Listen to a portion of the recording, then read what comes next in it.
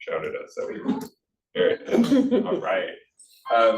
So as I was mentioning, just on the agenda piece, going through the welcome and admin items, we'll then quickly run through the landscape analysis slides. We're not going to re-present what was already shared. Hopefully you had a chance to watch the video and listen to my monotone voice. And then we'll move into just some district and region analysis. So getting specific about the central region and what the data we're seeing is there. We'll share that data tool with you. And then we'll move into the small group work. The community insights question. So just a reminder on this piece, and I'm going to say this now so that we can save some time later, but this is that one where to plant the seed, we want to, that community insights form that is now live, rather than creating a new form every time, as we had previously talked about, where we would add questions related to this meeting's topic to a new form, we'll just have like rotating featured questions for the month that will get added to that form. So we'll have an activity that we've sort of modified so that it can be more of a take-home thing. It'll be in that follow-up survey.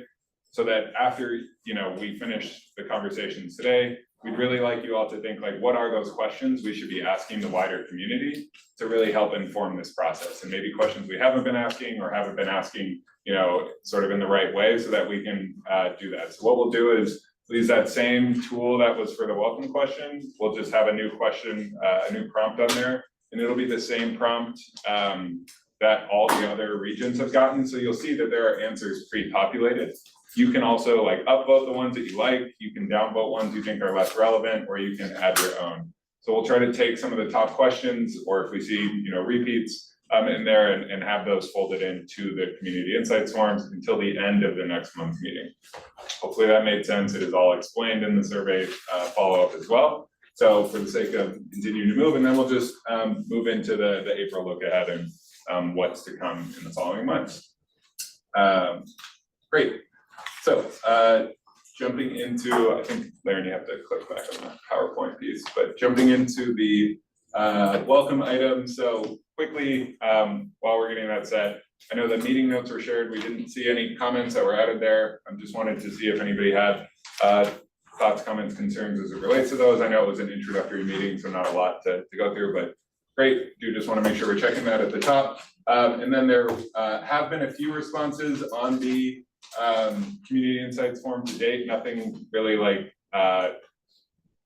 of note for this region specifically, but as we get going, we're hoping to see continuing input there, and then we'll continue to share that at the top of the meeting as well. So the papers that you grabbed in the back, hopefully you had a chance to do so. This is the map that's in there. It is also the one that is taped to the wall here, just for easier viewing.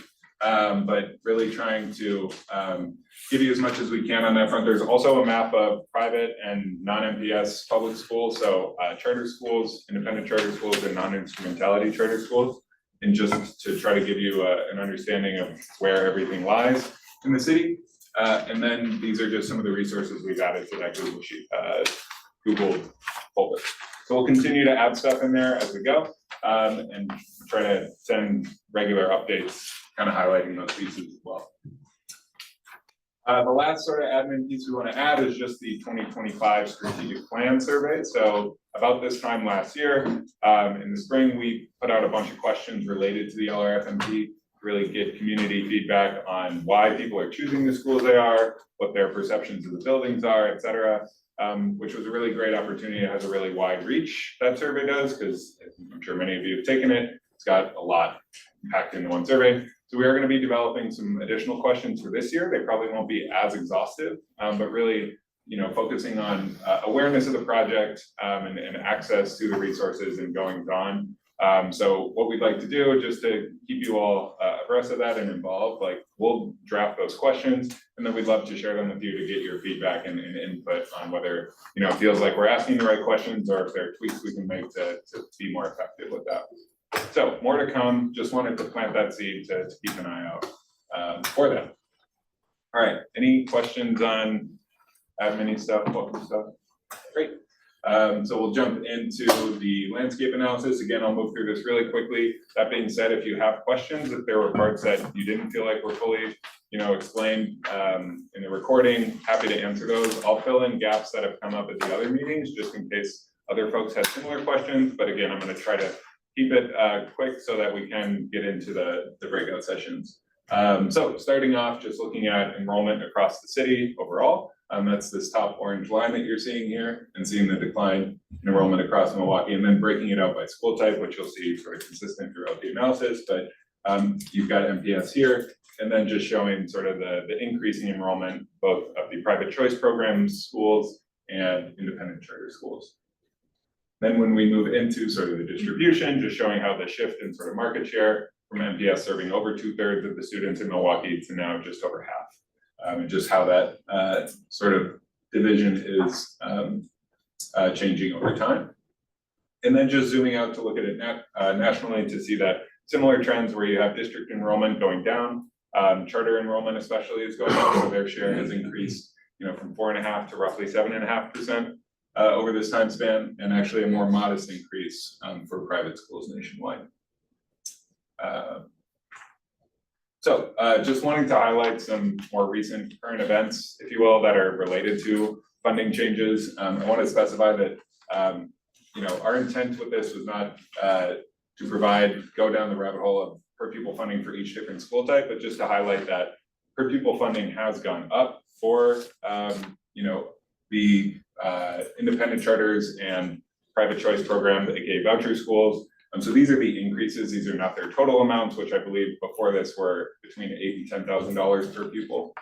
So really the emphasis here is just to highlight that, there will be increasing competition. Previously, when we had Nick in the room as well, who is on the budget team with MPS, it just highlighted, how previously the voucher programs were at the same per pupil funding for K-8 in high school. Now they are higher for high school, just given that there's typically higher costs there. So really just, sort of foreshadowing or projecting an expansion of those programs that seems likely. From there, just going into the referendum that was passed and showing the impact that it had on the inflation adjusted budget.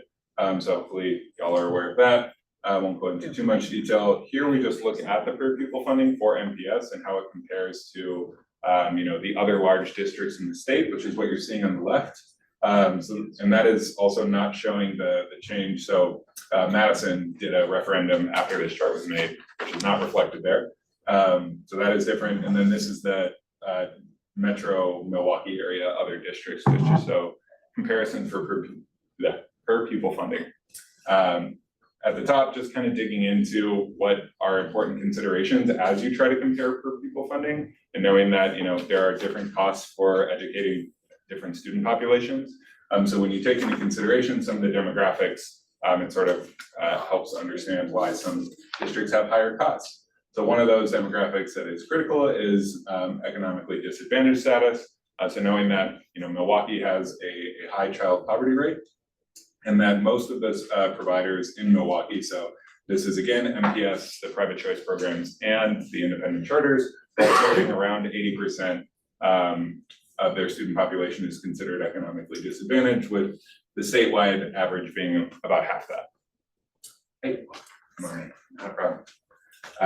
So moving on from there, English learners, just showing the sort of rapid increase that we're seeing with students who are classified as English learners and the needs that they have from an education standpoint to support them in school. And so again, seeing very similarly across the providers in Milwaukee, how those rates have gone up. You'll see that the data for private choice programs on this slide and the next is incomplete. They're not required to provide all the data, but this is what is available. So this is where you start to see a more stark contrast. So students who are classified as students with disabilities or special education students, so about 20% of the MPS student population falls into that classification, whereas charters are about half that, and private choice programs are significantly lower. Again, while that data is incomplete, even the higher end estimates put them just above 3%. So really drawing the contrast there in terms of the student populations, and then really wanting to highlight, well, I guess nationally, that it is a similar trend. So that you're seeing increasing amounts of students who are English learners, as well as students with disabilities or special education students, even while overall enrollment is declining. So wanting to highlight the impact of the budget, which I keep thinking is the next slide, and it is not. So first, going into the staffing piece, you may have seen some of the more recent headlines about staffing vacancies within MPS and the impacts that it's having on students, especially students who are considered already vulnerable, which is, objectively having more staff for those students would be great, but it also just emphasizes the urgency of sorting out financial challenges that exist within the district because of the budget savings that have been sort of plugging other holes while those vacancies exist. On the bottom here, you'll see a chart that just kind of highlights that the staff to student ratio within MPS is really below the average in the state. It's worth noting that no other district in the state is close to the size of MPS, so it is apples and oranges to an extent. But really, it is unique that MPS is the purple line down here with 5.7 teachers per student, and then you've got the sort of smallest districts, but even the green is the largest districts in the state. So really an imbalance there, which might emphasize that a reduction of staff might not be as fruitful of a strategy for MPS as it might be for another district, like you're seeing nationwide, where staffing numbers tend to be growing even as enrollment is falling. So you've got enrollment declining overall, but the amount of staff, especially post-pandemic, that is going up just as student needs continue to rise. All right, moving quickly through this. So this is the slide I was referring to. It's just the special education funding gap in Wisconsin and the impact that having a higher student population percentage that is classified as special education students and the costs associated. So what you're seeing here is a chart that shows in 2019, 2020. So there was basically $45 million is what the state had provided. And once you factor in the federal coverage as well, there was about $155 million gap to cover the special education costs for MPS. This chart at the bottom is just showing federal funding, which has remained relatively flat. It's never really reached its potential from a legal standpoint of 40%. So what this chart is showing here is that 155 million, that is like the gap that needs to be covered, is being sort of taken off the top from the per pupil funding from a general education standpoint. So 155 million spread out across all the per pupil funding amounts for gen ed within MPS totals out to about $2,100. So that amount of per pupil funding otherwise is coming, from the general education fund to fill that gap. Where in comparison, when you look at a district like Whitefish Bay, which has a far lower percentage of students who are classified as special with disabilities or needing special education services, and a lower percentage of economic disadvantaged students, the gap is much smaller, leaving more money for a general education fund. So just the challenge that is sort of imbalanced for districts like MPS.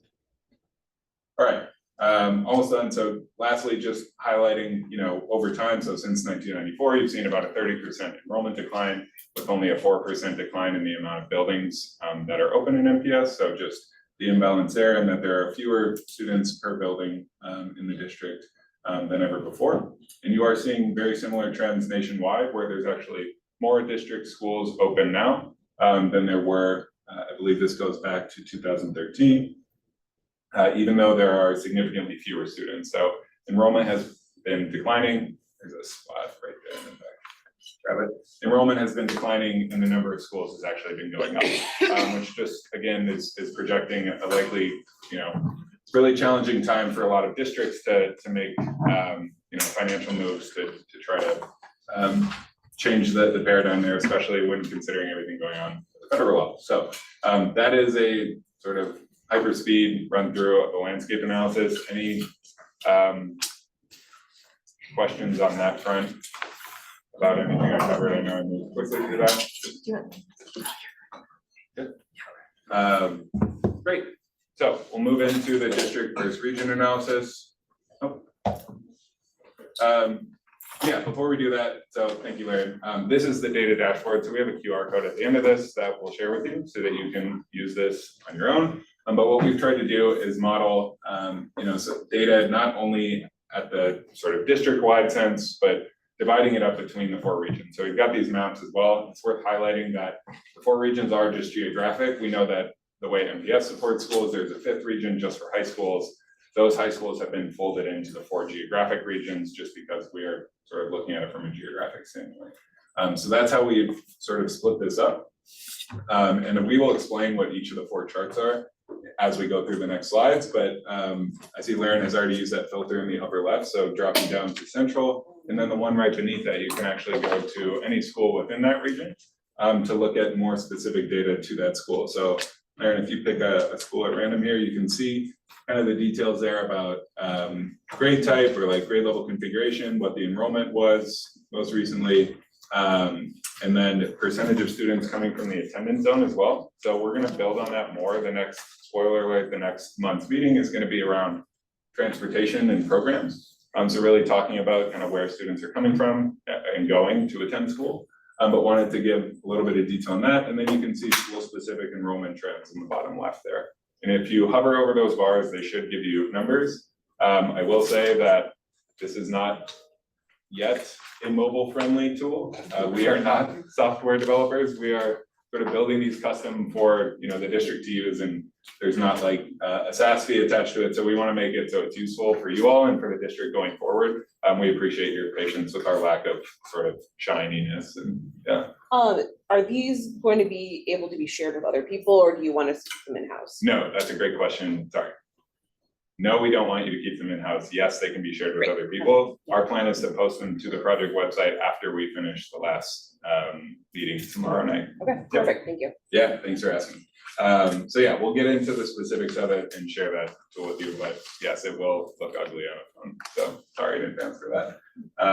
Yeah, so if we jump back, and I'll move quickly through these as well, just because we want to save time for connecting, but really just kind of looking at it from a district-wide sense and then looking at the central region. So district-wide, we just wanted to, I know this is a chart you've seen before, but just the enrollment decline since 2003, 2004.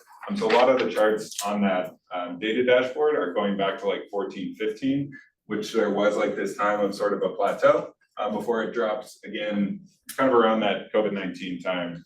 So we did just want to point out that even though those data dashboards doesn't go back farther, this is not necessarily a trend that is only COVID specific. So the 39% is showing the decline from 2003, 2004 to what would be projected 10 years out based on current numbers. And then you've got if you go from 2003 to 2004 to current day, that is that bottom left bullet, which is 32%. So hopefully these numbers are sort of starting to look familiar, but we want to make sure we're not misleading anything. This is the central region specifically. You can kind of see the enrollment trend. So the bar charts are adjusted for the size of the region, but you'll see that there's been about a 13% decline since school year 14-15, which is really consistent with the district-wide average, which I believe is 14% in that time. And then just noting that as of school year 23-24, is 18% of the district's enrollment was made up of your region geographically. So that is one of the charts that you'll see on there, and you can also look at other regions too. Our goal with these slides is really just to tell you what data is in the tool, not necessarily to hit you with like an aha of like, this is what we've unearthed. We want you to be able to dig through that yourselves as well.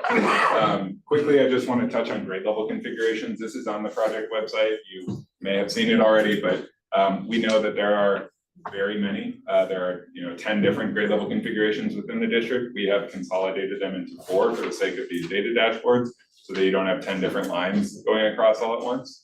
But we do understand that they're not it's not the same thing. A 6 through 12 and a 9 through 12 are not the same setup of the school. And this is something we'll plan to dig into a little bit more with that programs conversation as well, but just wanted to highlight it before we get into where you'll see here like the 4 different colored lines. So yellow is K-8, green is high school, orange is elementary, and then blue at the bottom is middle schools.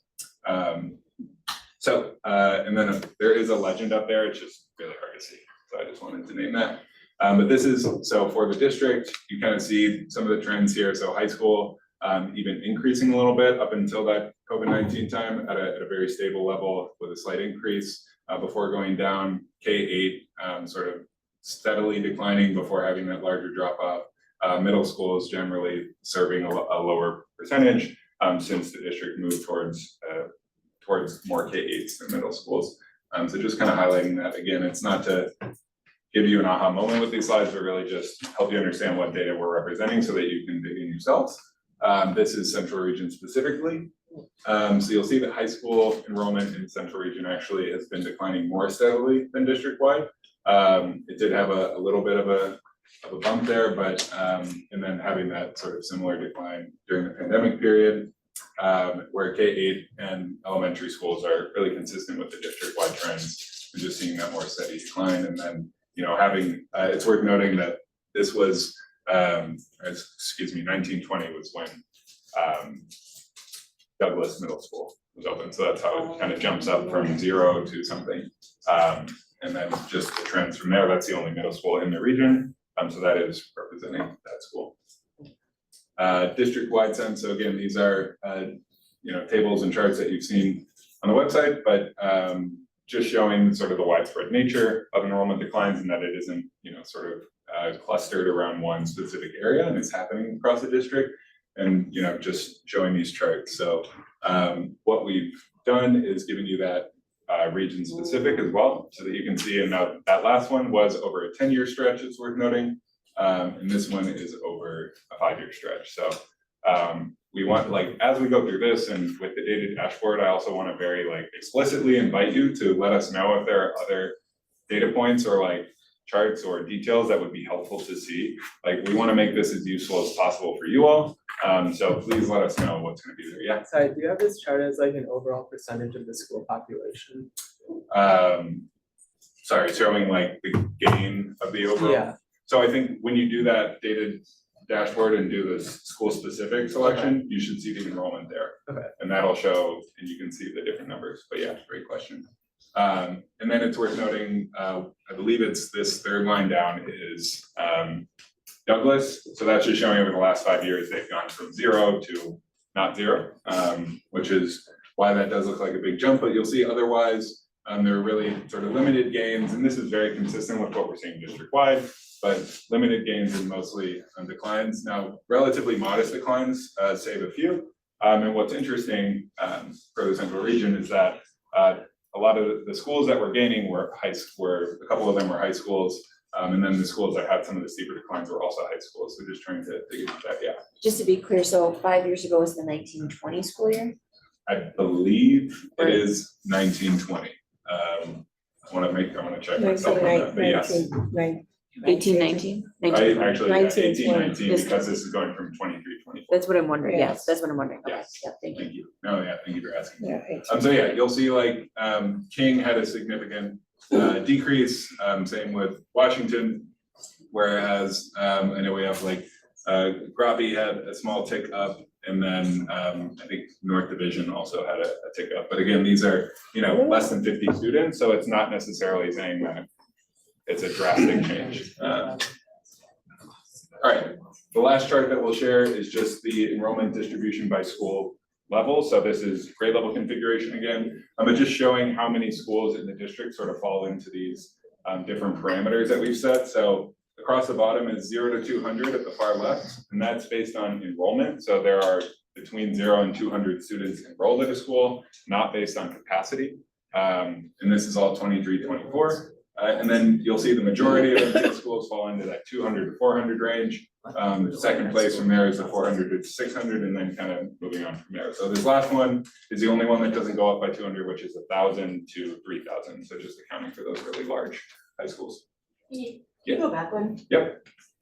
So as we're looking at individual buildings, you know, I'm looking at some of the schools that I'm really familiar with. I know that I know why some of them went down, and some of them it's because of turnover at the top of the building. Do we ever mix that information in? So yeah, I'm really glad you pointed out, like, there is nuance to all of this, right? Like, there are, in the same way that Douglas is shooting up because it had gone from non-existence into existence, and there was like, and when we were talking about at a previous meeting, Obama had taken all the virtual students for a while and had this really large spike. So, I mean, that's what we want to know too, is like, as we dig in for the schools that we don't have a clear understanding of why something is happening, we wanna like work with you all to better understand that piece that is specific to your region, but short answer being, yes, we want to understand that, especially as we move towards thinking about, identifying a strategy, or what schools are best candidates for what strategies and thinking through like implementation. Like we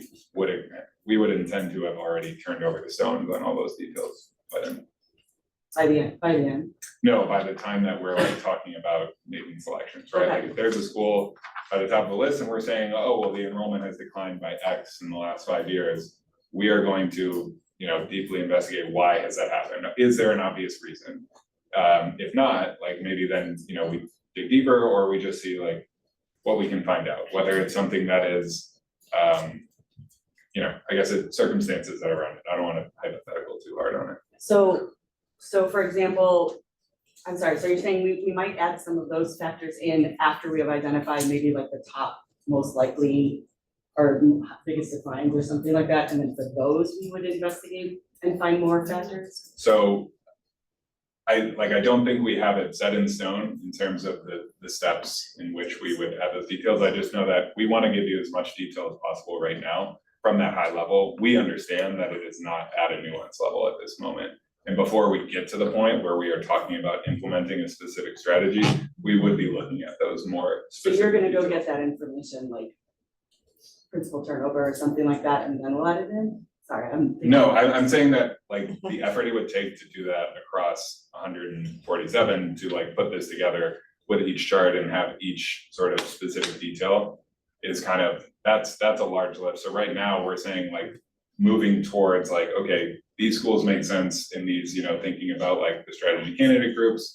And then as we dig into them or as we start to try to put them in a prioritized order, we make sure that we are accounting for the specifics and the nuance to make sure that those orders make sense. So right now we're still sort of zoomed out and focusing on larger sort of data. But I'm saying when it gets to the point of like trying to put some plans together for implementation on moving forward with the strategy, we'd be digging into those details for those schools. Okay, so you would be providing that data just at a later part of this? Yeah, Okay, that's what I wasn't getting, thank you.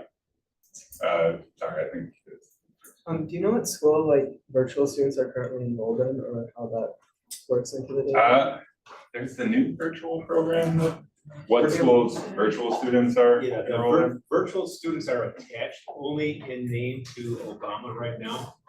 They will be a standalone Still. school next year. So they will have a school code and they'll be all housed in the campuses, et cetera. Nice. Awesome. My question's gonna be along the lines of the questions she was asking. I saw that coming up in April, or along the way, that there's like, will there be like some site visits and things as we go further with this, where there'll be some discussions with either school leaders or staff as to the whys behind. Yeah, and I can pause for a second and just give like a broader look ahead. So, April, the intent is to talk about transportation and programs. And then in May, to give you another look at on that one, the plan is to talk about facilities and buildings. So we know that like this meeting with this content, transportation and programs and facilities are kind of like those big three buckets that we've determined for the project website as well, and really digging into the details there. So you'll see before we do the breakout sessions, we have a slide just highlighting like kind of those, the norms and expectations, which hopefully you all saw were dropped in there. But our intent in these meetings and in the next ones where we're having these conversations and talking about what sort of data we want to be looking at and what are some of the challenges that the district is facing is not necessarily to solve a problem or decide on a strategy or a solution, et cetera. It's not to try to be surgical. It is really to make sure that we're operating off of like a shared understanding and knowledge base of sort of what's going on and what are the challenges and the strings attached to those pieces, which makes it, really helpful to have some of the content folks in the room who can talk about like the nuanced difficulties within the budget team or the enrollment team or some of these things that show up. So replicating that for the next 3 meetings and really creating that sort of shared understanding so that when we move into the conversation around identifying, which schools are better or worse candidates for a certain strategy, or we start talking about implementation, we have that sort of shared understanding that we've been working off of, and we're giving everybody here the chance to like kick the tires to say like, here's areas that we're not looking at. Here are things that haven't been considered. So then, you know, I would say beyond that, we didn't want to like put a stake in the ground too hard on what the next meetings would look like. You know, we understand that we have to be virtual for July and August and like taking that into consideration. But yeah, I think it's a great idea. I just like, we truly have not laid that out yet in terms of like what we're gonna do beyond those. Yeah. I do wanna get through this just so we can save some time for you all to break out. So that's a district-wide piece of just like school sizes. So just trying to show, you know, how big schools in the district typically are, and where they fall. And you'll see like the purple and green colors, I believe those are like vacant buildings and things like that. So again, we're still polishing this dashboard, and thank you in advance for your grace and patience on it, but you know, let us know what other information would be helpful to add. We're working on folding in information related to transportation for the next meeting as well. So this is the central region. You'll see a larger sort of concentration of schools that are falling into that small category, and fewer that are in like this larger sort of middle region there. But still the bulk of the schools falling into that district-wide standard of 200 or standard district-wide trend of 200 to 400 students in a school. Yeah. How does that align with the overall like district capacity of the building? The overall district Like, capacity because of the the building. standard, you said like the standard size of the school in the district is between 200 and 400 students. Yeah. Like in the district, what's the average like standard capacity of the building, like 200 to 400? So that's a great question. Our intent is to move into like capacity and utilization in the facilities meeting, like really talking about the buildings. Like, yeah, and I think it's a really important point to really highlight, like, this is not about how many kids are fitting in a building and like whether a building is over-enrolled or under-enrolled. That is just truly the size of the schools and like how they're operating. So even thinking about like, you know, one of the breakout questions, as you saw, is like the, you know, benefits, the pros and cons of larger schools and smaller schools, and sort of what those different things they have to offer are. But yeah, it's something that is easy to sort of jump to from this. And then lastly, just talking about sort of the enrollments at neighborhood schools. So we have that detail about attendance zones in there in terms of how many students are going to their neighborhood schools. So this is district-wide. And just to, you know, we don't have like a regional chart on this quite yet, but having those school-specific ones, but really just bringing back, so this is on the project website, but 1 out of 6 MPS students is going to their neighborhood school, 1 out of 10 for high school students. So just showing that, you know, like it makes it challenging from like an enrollment projection standpoint to try to understand how many students a school should expect in the coming years, and really try to have some predictive work about where schools might be from a resources standpoint, a needs standpoint, et cetera. So one of the things that mentioned in earlier meetings, and prefacing this with, we understand that MPS and Chicago Public Schools are not the same, and that Chicago is a massive district, but they are one district who is making a concerted effort to move back towards a more neighborhood school focused model, which is just interesting to see how that's like starting to come together. We don't have a ton of data on it yet, but just for the sake of context and like numbers, so their elementary school percentage is at 56% of their students are going to their neighborhood elementary school. And I think a quarter approximately of their high school students.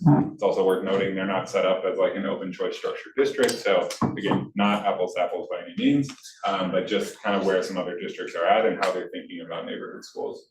So we're trying to populate the shared resource library with stuff to read too, just to provide additional context and examples for folks to have at hand. Are open enrollment students included here? They're not taken out? They are included. They are included. Okay, so people who don't. So are you enroll talking open enrollment? Sorry. within the Wisconsin From open other, enrollment? from other school districts. I do not know off the top of my head, but yeah, it's a good question. So that is pretty much it. Any questions on the district versus region analysis? So you'll have the QR code right here if you want to scan it, or there's a URL if you want to type it in. This will also come in an email tomorrow morning to you all with links to this, but this is just to that data dashboard, which again works best on a desktop computer. But that just says MPS-LRFMP-dashboard. I shouldn't have said dash. So again, this is, the objectives here is really just highlighting what I was saying before, is like, kind of going back to that norm and expectation, like the accepting non-closure. We don't expect to sort of sort everything out tonight or figure out all the problems with that relate to enrollment or budgets and get them sorted, but we do want to encourage everyone to, participate and think through some of the questions there. So from a time breakdown, just looking at the clock to make sure that we're good there, I think we should be pretty good, but we'd like to give you at least 30 minutes to sort of work collectively as a small group. I think we've got groups split out already. So we do have the room next door as well, and we just know that it gets a little bit loud to have all 3 groups in here.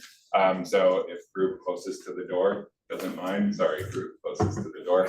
Once we break, we can go to the room next door. But just before we do that, if I'm so that we can hear someone else's voice, does anyone want to read a question for me and start off? Maybe we can just quickly go around and read the questions. Yeah. What factors do you think are the driving school selection trends in your region? What additional data or information can you help identify why families choose or don't choose MPS schools? Thank you. Do I pick somebody? Popcorn it. Yeah, popcorn. All right, Owen. Ooh, I think academics is a big one, like my Oh, family. You're reading it. Oh, no, He's reading the book. How can MPS more effectively attract and retain students in your region? What barriers do families face, and what support or resources could help? Awesome. Anybody want to jump in? I'll jump in, I'm right here. What are the enrollment trade-offs between larger and smaller schools? How should MPS approach school size to best support students while maximizing district resources? What are the unintended consequences of an enrollment-based funding model, and how can NPS balance financial sustainability with equitable school funding? Given that enrollment dictates budget, what strategies can prevent under-enrolled schools from being caught in a cycle of declining resources? 5, what policy considerations should MPS explore to help address challenges related to enrollment, budgeting, and staffing? Awesome. Thank you all so much for volunteering or letting me volunteer you in a sense. A couple things that I'll note on this just before we break. So you do not need to get to every single question. You do not need to start on number 1. If you have a better question that comes up, like we encourage you to, sort of pursue that. We'll be splitting up to help facilitate the groups, and we'll have the folks who are content people sort of rotating around. I will say number 4, one thing, we talk a lot about competition from other providers, competition from choice and independent charter schools, but what we're trying to focus on here is just like the competition that is sort of created internally as well.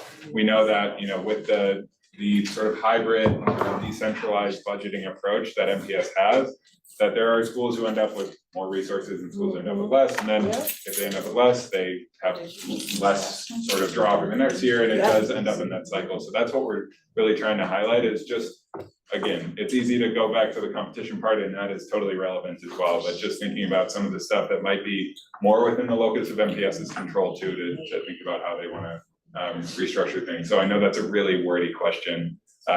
Sadly, we tried to slim it down, and that's where we landed. But yeah, we have some handouts that have these, so we'll pass those out once we break too. And then just a reminder from the norms and expectations, just like equity of voice, making sure everybody gets a chance to share.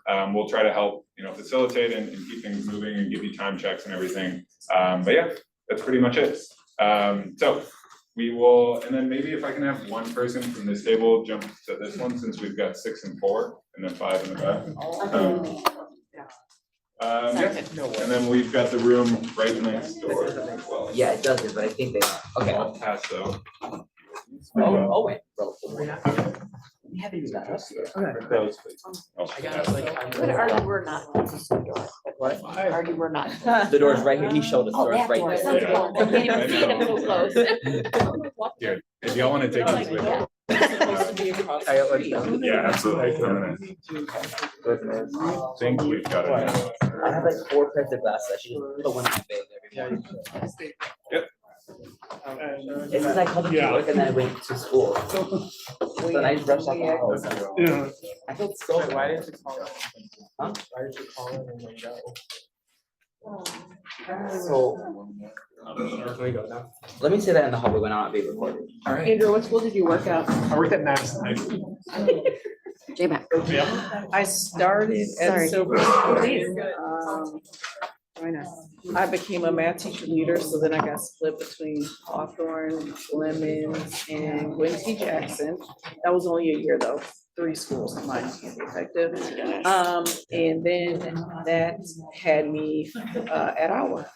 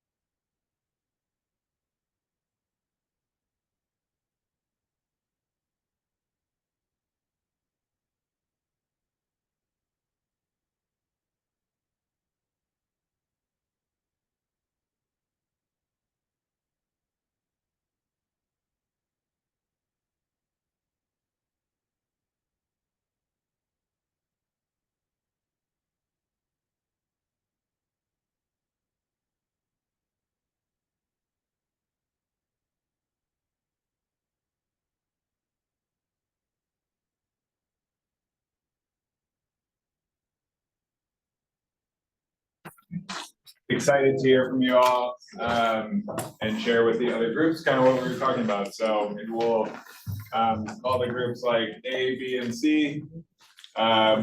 Anybody feel inspired to go first, just to share out?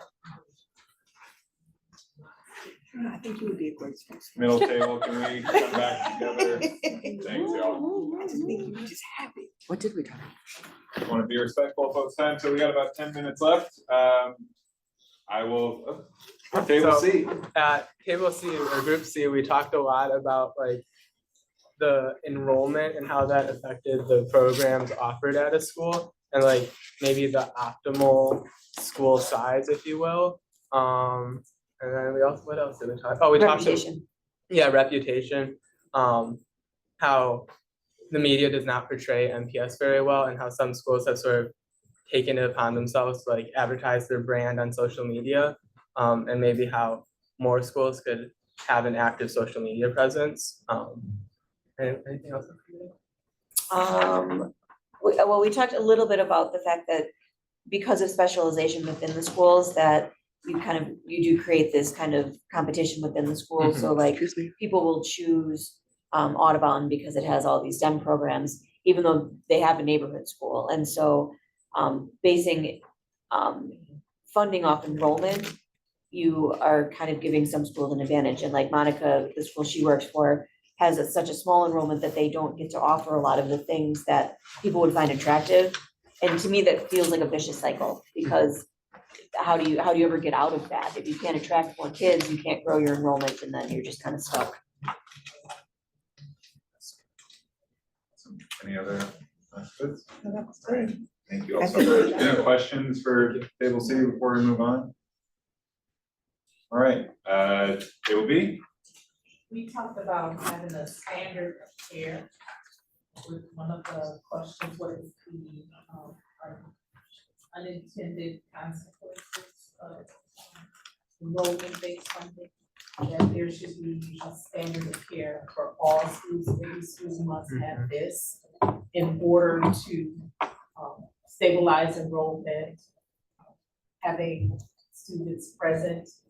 We also talked about the essentials and the district using the survey of the parents, surveying the parents, why did you select this school, or why are you leaving that school? To see what we can offer to retain our enrollment. Any other details from? Talked a little bit about like strategic marketing, like to your point, you know, schools that are really great at using social media. At my school, I paid $5 for strategic marketing, and that impacted our enrollment significantly. But really being, and not everybody has that skill set on marketing, but that's the game now. We have to really promote our program. The positive things that are happening, we have to amplify that. And so that's a skill set that I think, we need to tap into. We also talked about perception, using the example of 5 O'Clock Steakhouse. It's on State Street, but if you took that same restaurant and moved it somewhere else, it's just normal to everybody else. But it's what you're offering on the inside, even if it is in this neighborhood that most people are gonna, watch their back and everything when they're going around that neighborhood, what's on the inside. So perception was about certain schools is also part of that. Yeah, and on the strategic marketing piece too, I think it's a great example of like, if there are things that are working for a handful of schools, like that could potentially have sort of a model or something that could be stood up to potentially I never be. understood that why the district is like, okay, if it's working over there, why isn't that being implemented in other schools? You have to go to my ear, that's right here, Wells, and everything. But why not, instead of only putting so much support to that particular area, why not provide that for other schools?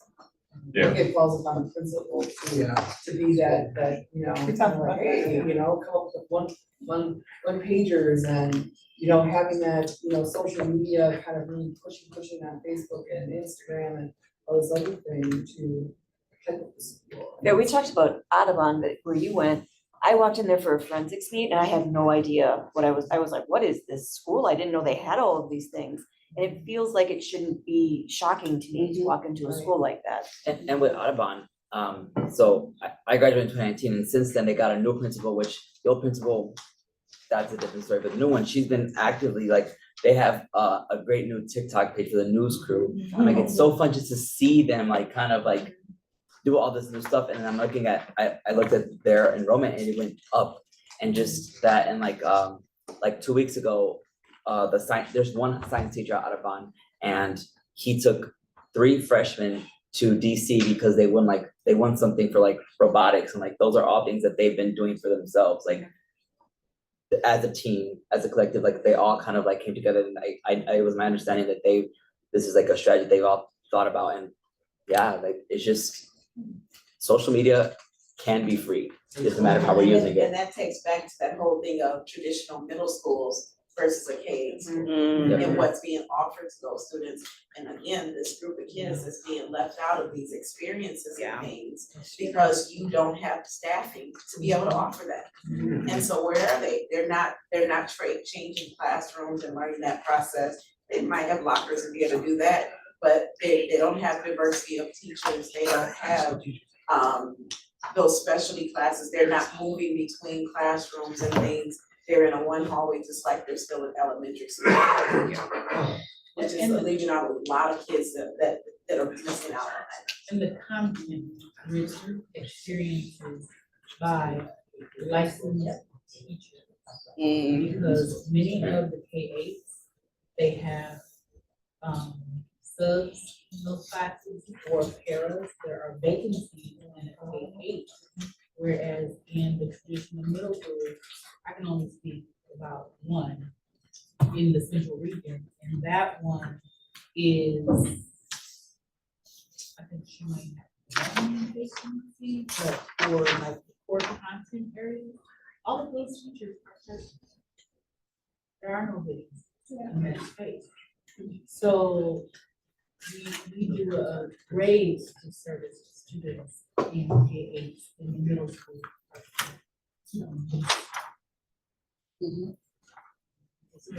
Yeah.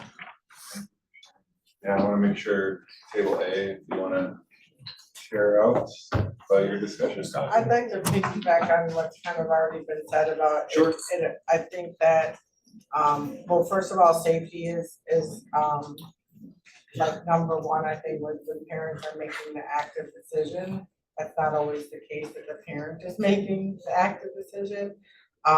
We talked a little bit about like the safety of the neighborhood, but I do think that when there is a quality leader in that school, that even if the neighborhood isn't safe and the school is, you know, where there's a quality leader, you usually are seeing a quality school. But it's very obvious where the district chooses to make sure that they have a quality leader, and it's more of the selective schools that where resources and especially human capital are put into. And so, you know, I'd like to see mobility rates among the leaders, the principals of the different schools. And I'd like to also know, like, how are we setting our leaders up for success, not just your regular principal meeting days or whatever, like how are we really helping them with strategy to uplift their staff, to hold them accountable. It's very hard when you are a peer and you get promoted throughout your career in education to then be holding your peers, your former peers accountable. I don't think any school, private, public, charter does a good job at that at all. And so a lot of times the lack of accountability and innovation is really an issue. So I think that our human capital is a big issue, and that's why you're not seeing the quality schools that people then parents want to make an active decision. And you're seeing more where kids are making the decision based on where their friends are going or things like that. So we have the mobility rate of students, but also mobility rate of school leaders, I think is really important. We talked about how Yeah. the community schools initiative is losing funding, external funding. And so, but that programs like that are often what attract families. And so, not sure exactly what to do about that, but an idea of making sure that every school has some kind of attracting program, or whatever, something like that. And I would argue, Evan, that I think there are some people who know, but I think most families in Milwaukee have no idea what is happening in which building. It's the luck of you know what I mean? They're doing it based on something they heard about a school in the paper from 10 years ago, which has another. Filling out a form maybe. Well, but even if they are choosing, I mean, I think there are a significant number of families that are just picking what sounds I think good of the drop down list and don't actually, because I don't think we're not actively providing information about, even if we don't want to air the stuff that we don't want necessarily people to focus on, even just the pluses. We don't have or at least I don't know of a way that we tell people this is a community school, so you're gonna get this extra at this school. If you want, if you're more interested in arts, then, I don't know where a parent could go to get that information. The Montessori are the only ones that I know of. They Yeah. do like a day or two every year, but yeah. I mean, they have the recruitment fairs and things like that, but I think I would like to know how many students are just being assigned because nothing has been turned in versus who's doing the 3 choice, and of those who are doing the 3 choice, what are they choosing in each? I just would like to see what trends are, because they don't always get it, right? So what are people actually choosing? So I wanna, I think that's good information to have, but sometimes because of the way our practices are and have been communicated to families, if you do nothing, you will be assigned. Some of the parents are making a selection by doing nothing because they want to be assigned to that building. And so I'm just wanna caution us that just because I got assigned doesn't mean that I didn't want that selection. Because it's an option for me to have that selection if I do nothing. Isn't it the luck of the draw though? No, if I want to go, if I'm at Keith Avenue and I want to remain at Keith Avenue, I do nothing and I get assigned. Stay there. Yes, I get assigned. But how did you get there to begin with, I guess is my question. Maybe it's the neighborhood school. So So just, You have to fill out an application. I can't actually. Right, and then, And the application says, I want to- And why don't families know how this works? Why is it a Sorry. secret? It really feels like that information is being purposely withheld. yeah. one last on the back of the wall. So we were just kind of trying to real anecdotally ballpark it, maybe our best guess is maybe schools that third choosing to select a school. Wow. I think from our perspective, we feel like we Third. put that choice out there.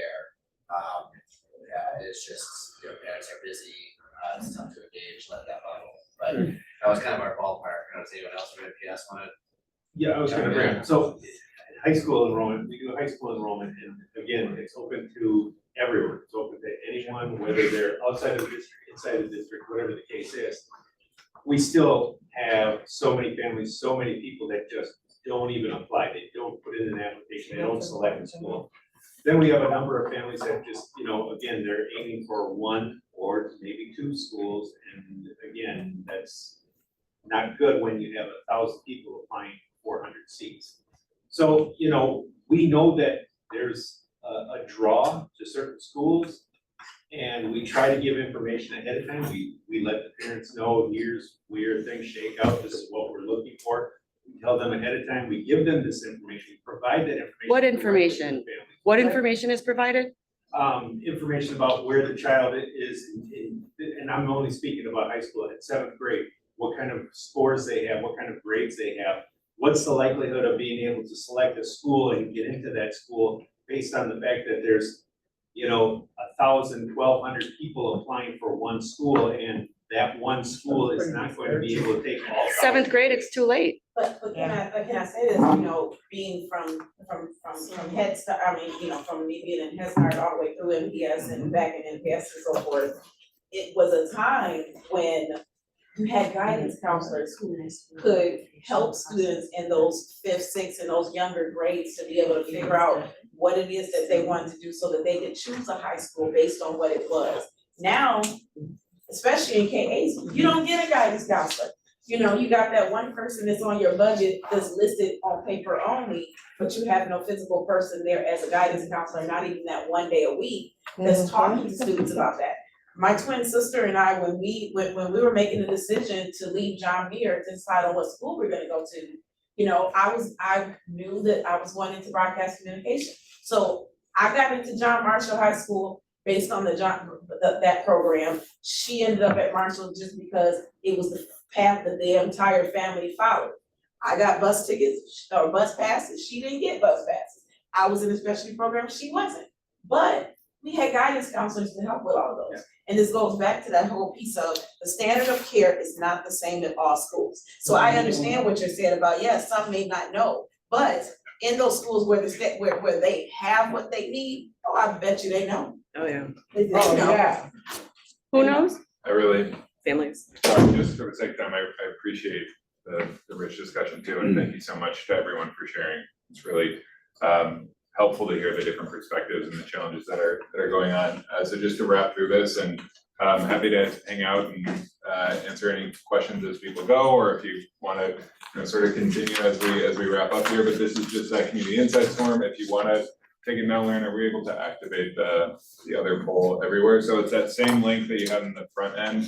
It's always the same, the QR code, but it will just be, if you have questions that are related to the content from tonight that you think would be helpful to ask the wider community and really start to get input on.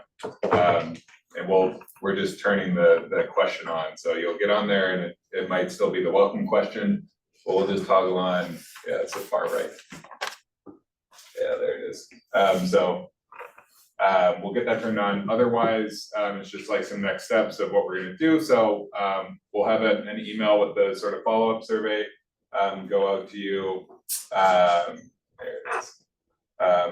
And so you'll see these other responses from the other committees. So this is meant to be roll up. The link is still open for them as well, so they can see your responses. This will stay open sort of through the end of the week, so that you can, you know, read the other suggestions and everything and vote on them if you'd like. Yeah, and then we will be following up with that email and additional information ahead of the next meeting, as well as meeting notes and everything else. So I just wanted to thank you all so much for sharing. So if we can jump back to the presentation, and I'll just wrap it up.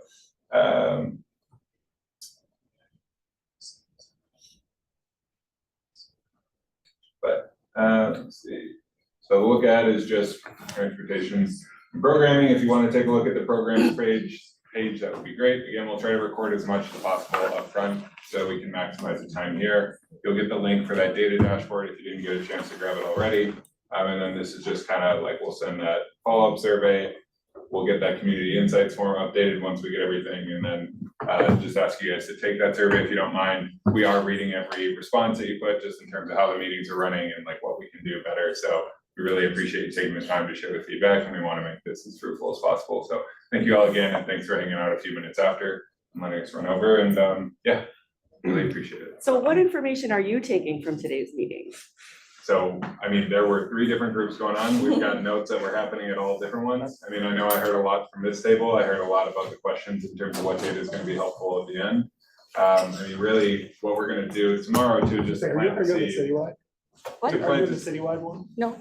I am, so So my one- job is to help also. Yes, and I'm really glad this is the perfect lead into this. So one thing we haven't mentioned all the other ones, but what we'll do differently with the citywide group tomorrow is just share out quickly sort of the takeaways based on the notes from each regional group. Because I didn't get to mention any of the things that if all you're collecting is what was said out loud.